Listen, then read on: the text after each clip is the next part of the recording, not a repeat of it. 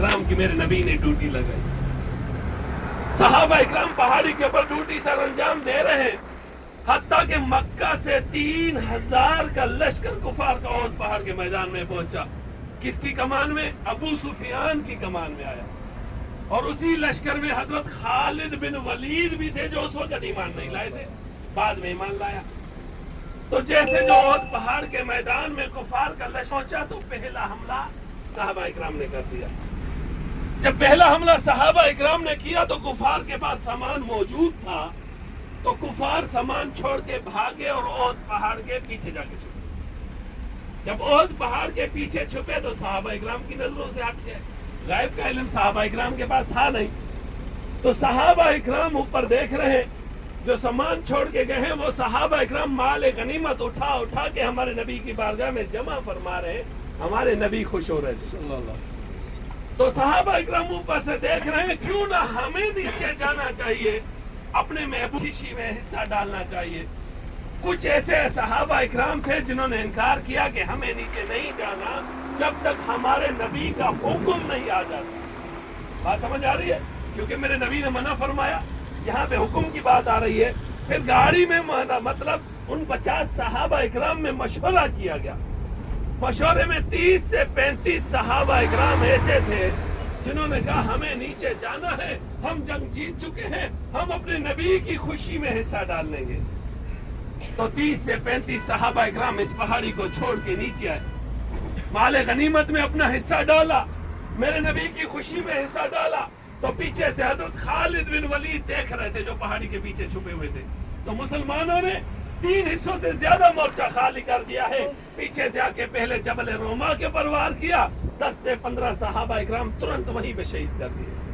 حتیٰ کہ اس پہاڑی کو چھوڑ کے جب نیچے آئے، اس جنگ کے دوران ہمارے اور آپ کے نبی زخمی ہوئے، اور ہم ہی کے 2 دندان مبارک بھی اسی جنگ میں شہید ہوئے. گھٹنا مبارک ہمارے نبی کا زخمی ہوا اور ہمارے نبی زمین کے اوپر گر گئے، حتیٰ کہ بیہوشی کے ہمارے نبی آ گئے. حضرت ابو بکر رضی اللہ تعالیٰ عنہ، حضرت علی رضی اللہ تعالیٰ عنہ میرے نبی کو سیدھا احد پہاڑ کی طرف لے گئے. احد پہاڑ کی طرف جب میرے نبی کو ایک جگہ پہ آرام فرمایا گیا، جگہ محفوظ نظر نہیں آئی.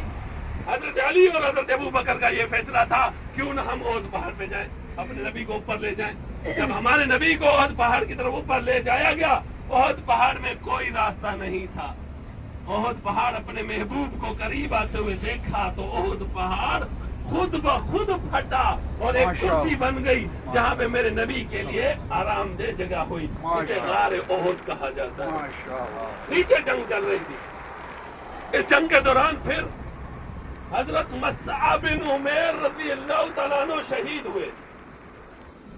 تو کفار کے لشکر میں ایک کافر کھڑے ہو کے اعلان کرنے لگا، نعوذ باللہ، ہم نے مسلمانوں کے نبی کو شہید کر دیا. نعوذ باللہ. کیوں جھوٹی خبر پھیلائی جا رہی تھی؟ کیونکہ حضرت مصعب بن عمیر رضی اللہ تعالیٰ عنہ کا جو چہرہ مبارک تھا میرے نبی کے چہرے کے ساتھ مشابہت رکھتا ہے. یہ بات چلتی چلتی مدینہ تک جا کے پہنچی. مدینہ صحابی رسول ہے جسے میرے نبی نے اس جنگ کی اجازت نہیں دی. وہ کون سے صحابی ہیں؟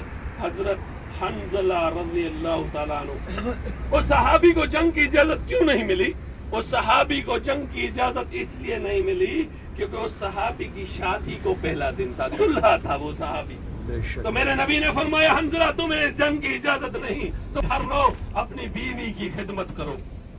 جب یہ بات مدینہ پہنچی تو وہ صحابی اپنے گھر سے تلوار اٹھا کے احد پہاڑ کے میدان میں شہید ہو گیا. پھر مدینہ میں ایک بوڑھی اماں نکلی، دوڑتی ہوئی آ رہی ہے اپنے نبی کا حال چال پوچھنے کے لیے. دوڑتی ہوئی آ رہی ہے، راستے میں اماں کو بتایا جاتا ہے، اماں تمہارا بیٹا احد پہاڑ کی جنگ میں شہید ہو گیا.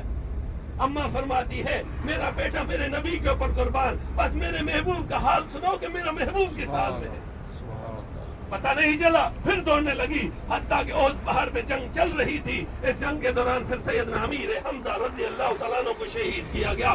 سیدنا امیر حمزہ رضی اللہ تعالیٰ عنہ کے ٹکڑے ٹکڑے کیے گئے، حتیٰ کہ 12 سے 13 ٹکڑے کیے گئے. سیدنا امیر حمزہ کا کلیجہ نکالا گیا، کان کاٹے گئے، ہاتھ کاٹے گئے، بازو کاٹے گئے، ناک کاٹا گیا، اور سیدنا امیر حمزہ کا کلیجہ نکال کے ہندا کی طرف سے چبانے کی کوشش کی گئی. لیکن ہندا ایمان لائی، بعد میں جنت کی حقدار بنی، میرے نبی کے اوپر کلمہ پڑھا. تو میرے نبی نے احد پہاڑ سے صحابہ اکرام کو اعلان فرمایا کہ آپ کو ہو گیا ہے، آپ نے یہ جنگ نہیں ہارنی. جب میرے نبی کا صحابہ اکرام نے دیدار کیا تو صحابہ اکرام کا جذبہ پھر بڑھا، حتیٰ کہ وہ بوڑھی بھی احد پہاڑ کی طرف پہنچ گئی۔ اس بوڑھی اماں نے جب دیکھا کہ میرے نبی محفوظ ہے تو یہ الفاظ کہے کہ شکر الحمدللہ ہمارے نبی محفوظ ہے۔ شکر الحمد تو صحابہ اکرام نے میرے نبی کا دیدار کیا تو صحابہ اکرام جنگ لڑتے لڑتے کفار کے اوپر تھوڑے حاوی ہوئے، لیکن صحابہ اکرام پیچھے ہٹے، مدینہ کی طرف نہیں ہٹے، پیچھے اپنے محبوب کی طرف ہٹے، سامنے احد پہاڑ کی طرف۔ صحابہ اکرام ہٹتے ہٹتے پہاڑ کے اوپر چڑھے تو کفار بھی پہاڑ تک پہنچے تو کفار کے دلوں میں خوف تھا کہ صحابہ اکرام مسلمان پہاڑی کے اوپر ہمارے لیے جال بچھایا ہوگا، ہمیں پہاڑی پہ لے جا کے ماریں گے، پہاڑی پہ نہیں چڑھنا۔ تو یہیں سے کفار واپس چلے گئے۔ 70 صحابہ جنگ کے دوران شہید ہوئے اور ان 70 صحابہ اکرام کی تدفین میرے نبی نے احد پہاڑ کے اسرار سے یہیں پہ فرمائی۔ اور یہ جو چھوٹی سی پہاڑی آپ کو نظر آ رہی ہے سیدھے ہاتھ کے اوپر، یہ جبل روما کی پہاڑی ہے، اسی کے اوپر 50 تیر انداز صحابہ اکرام کی ڈیوٹی میرے نبی نے لگائی، اور میرے نبی نے ان صحابہ اکرام سے فرمایا کہ کچھ بھی ہو جائے اس پہاڑی کو نہیں چڑھنا۔ حتیٰ کہ صحابہ اکرام پہاڑی کو جب چھوڑے تو آج ہمارے معاشرے میں ایک بات چلتی ہے کہ صحابہ اکرام نے میرے حکم نہیں مانا، میرے نبی کا فرمان نہیں مانا، تو اللہ رب العزت نے قرآن کے اندر ہمیں بتا دیا رضی اللہ عنہم وعنہم، یہ مجھ سے راضی ہے، میں ان سے راضی ہوں، آپ کو کوئی حکم نہیں ہے کہ آپ ان کے بارے میں کوئی بات کریں۔ پھر اس جنگ میں پہلے تو میں سلام پڑھا لیتا ہوں آپ کو، پھر آپ فاتحہ پڑھ کے واپس آئیں۔ سب ساتھی سلام پڑھیں۔ بسم اللہ الرحمن الرحیم، بسم اللہ الرحمن الرحیم۔ السلام علیکم اہل الدیار من المؤمنین والمسلمین وإنا انشاءاللہ للاحقون اسأل